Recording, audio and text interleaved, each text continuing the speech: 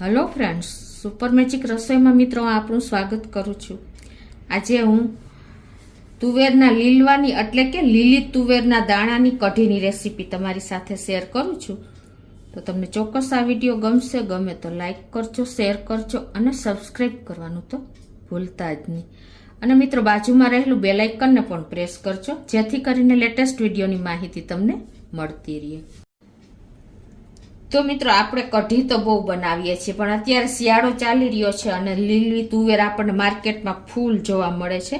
તો લીલી તુવેરનું શાક ઘણાને નથી ભાવતું, પણ આ એક અલગ જ ફ્લેવર તમે કઢી સાથે બનાવશો ને, લીલી તુવેરની કઢી, તો બધા હોશે હોશે ખાશે અને બાળકો પણ ખાઈ લેશે, એટલી ટેસ્ટી બને છે।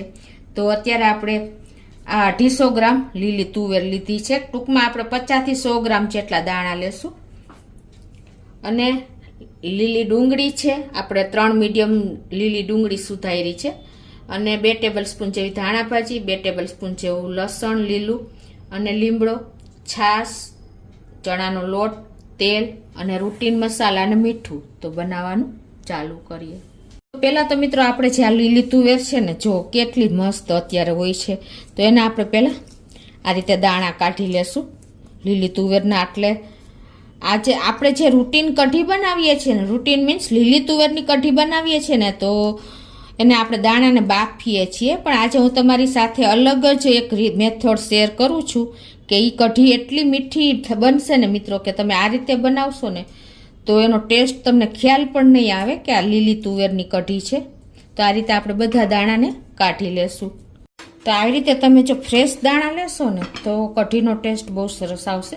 તો આપણે આને બાફવાના નથી, પણ આ રીતે આપણે એને તેલમાં જ સાંતળવાના છે। તો એની પહેલાં આપણે ચીલી કટરમાં નાખી અને એને ક્રશ કરી લેશું, થોડા આખા ભાગા થઈ જાય એટલે ટેસ્ટ બહુ સરસ આવે છે। તો આ રીતે આપણે એને ફેરવી લેશું। તો આ રીતે આપણે તુવેરના લીલવાને ક્રશ કરી લીધા છે। હવે આપણે કઢી બનાવી છે, તો એના માટે છાશ અને આપણે જે બનાવી લઈએ બેટર। તો અત્યારે હું 2 ચમચી જેવું આપણે ચણાનો લોટ નાખી દઉં છું, અને આપણે આ છાશ છે ખાટી છાશ લેવાની થોડીક, એટલે કઢીનો ટેસ્ટ સારો આવે। તો આ રીતે આપણે થોડીક પહેલાં છાશ નાખીને અને બેટર તૈયાર કરશું, એટલે લમ્સ ન રહે। તો આ રીતે જો આપણે ચણાનો લોટ છાશમાં ડોઈ લીધો છે ને, હવે એને આપણે છાશમાં જ નાખી દઈએ। તો આ રીતે જો આપણે છાશનું પણ ચણાનું બેસન અને બે કરી લીધું તૈયાર। હવે આ બાજુ આપણે વઘાર કરશું। તો ગેસ ઓન કરી મેં માટીનું વાસણ લીધું છે, તમે લોખંડ કે કોઈ પણ લઈ શકો છો, સ્ટીલનું વાસણ, અને એમાં આપણે 3 ચમચી જેવું તેલ મૂકી દેશું। આપણું તેલ પણ જો સરસ ગરમ થઈ ગયું છે। હવે એમાં આપણે અડધી ટીસ્પૂન જેવું આખું જીરું નાખી અને આ લસણ છે ને એ નાખી દેશું। લીલું લસણ 1 ટેબલ સ્પૂન જેવું લીધું છે એ, અને આપણે જે આ તુવેરના લીલવાને ક્રશ કર્યા છે એ નાખી દેશું,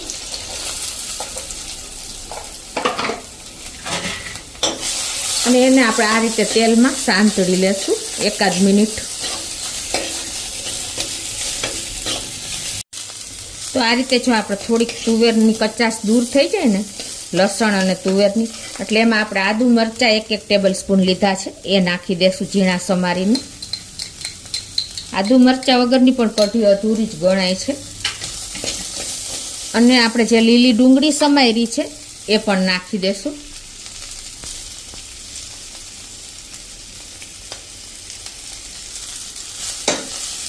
અને હવે આ બધું આપણે 2-3 મિનિટ આ રીતે કૂક કરી લેશું। અને હવે આ શાકભાજીના ભાગનું આપણે મીઠું નાખી દેશું, અડધી ટીસ્પૂન જેવું, અને આપણે ગેસની ફ્લેમ મિત્રો મીડિયમ રાખી છે, અને આને આ રીતે આપણે ચલાવી અને થોડુંક આપણે કૂક કરી લેશું। તો આ રીતે આપણે તેલમાં 1-2 મિનિટ કૂક કરી અને પછી આપણે એને ઢાંકીને 3 થી 4 મિનિટ કૂક થવા દેશું। તો 3 થી 4 મિનિટ થઈ ગઈ છે, અને જો આપણે તુવેરના લીલવા, કાંદા, લસણ બધું જ સરસ કૂક થઈ ગયું છે। તો એને આપણે આ રીતે હલાવી લઈએ. અને હવે જે આપણે આ છાશ ચણાનો લોટ નાખીને તૈયાર કર્યું છે ને એ આપણે આમાં નાખી દઈશું. મિત્રો આ રીતે તમે કઢી કરશો ને તો તુવેરનો ટેસ્ટ તમને એન્હાન્સ નહીં થાય અને એટલું સરસ કઢી બનશે ને. તો હવે આપણે છાશ નાખી દઈશું. અત્યારે મેં 1 લીટર જેવી છાશ લીધી છે અને 2 ટેબલ સ્પૂન જેવો આપણે ચણાનો લોટ નાખ્યો છે. તો આ રીતે જો આપણે કન્ટિન્યુ હલાવતા રહ્યા છીએ અને અત્યારે જો ઉભરો પણ આમ સેજ આવી ગયો છે. આ સ્ટેજે હવે આપણે શું કરવાનું છે કે ઉકળતી કઢીમાં જ હંમેશા લીમડો નાખવાનો. તો લીમડાની સ્મેલ બહુ સરસ કઢીમાં બેસી જાય છે. વઘાર કરતાં પણ તમે ઉકળતી કઢીમાં નાખશો ને આ રીતે તો એકદમ સરસ એનો ફ્લેવર આવશે. અને આપણે છાશ એટલે કે છાશના ભાગનું પણ અડધી ટીસ્પૂન જેવું મીઠું નાખી દેશું.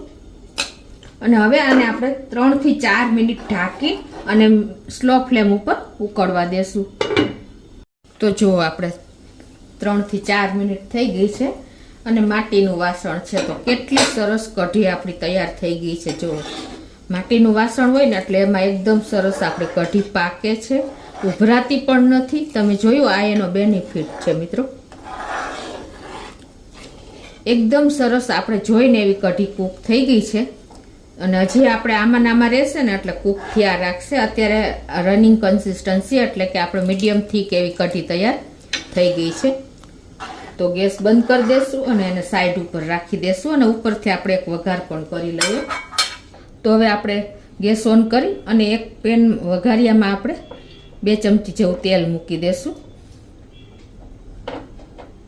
આપણું તેલ ગરમ થાય છે ને ત્યાં આપણે જે આ કઢી આપણી તૈયાર થઈ ગઈ છે એમાં 1 ચમચી જેવું આપણે લીલું લસણ ઉપરથી નાખી દેશું. અને કઢી હંમેશા ખાટી, તીખી અને મીઠી હોય ને તો સરસ ટેસ્ટ આવે છે. તો એના માટે આપણે ગોળ કે ખાંડ કાંઈ પણ ઉમેરી શકો છો. અત્યારે હું 1 ચમચી જેવી ખાંડ પણ નાખી દઉં છું. અને થોડું આપણે ધાણા ભાજી પણ ઉપરથી નાખી દેશું.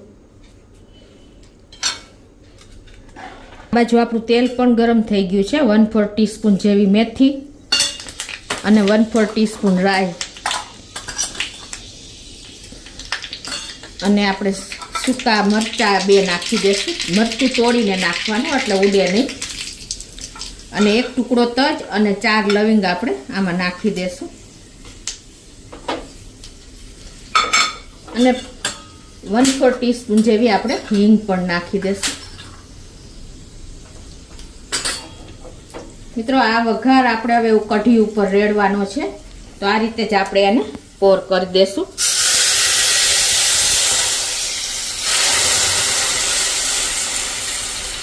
અને આપણે આ કઢીનો જે વઘાર ઉપરથી કર્યો ને એ એકદમ મીડિયમ ફ્લેમ ઉપર કરવાનો છે એટલે આપણો વઘાર પણ નહીં દાજે. તો આપણી કઢી એકદમ રેડી છે. જુઓ મિત્રો, મસાલાથી ભરપૂર આપણે તુવેરના લીલવાની કઢી. તમે ચોક્કસ એક વખત આ રીતે ટ્રાય કરજો. અને ઉપરથી આપણે ધાણા ભાજી થોડીક પાછી નાખી દેશું અને આ રીતે આપણે સર્વ પણ કરી દેશું. મિત્રો છે ને એકદમ લથબથતી મસાલાથી લીલી તુવેરના દાણાની કઢી મિત્રો. તો હવે મિત્રો આપણે એને આ રીતે એક બોલમાં પણ સર્વ કરી લઈએ.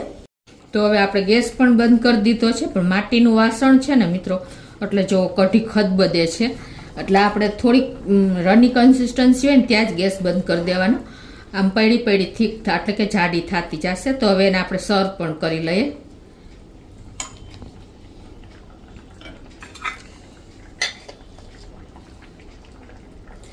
તો મિત્રો આપણા તુવેરના લીલવાની કઢી રેડી છે.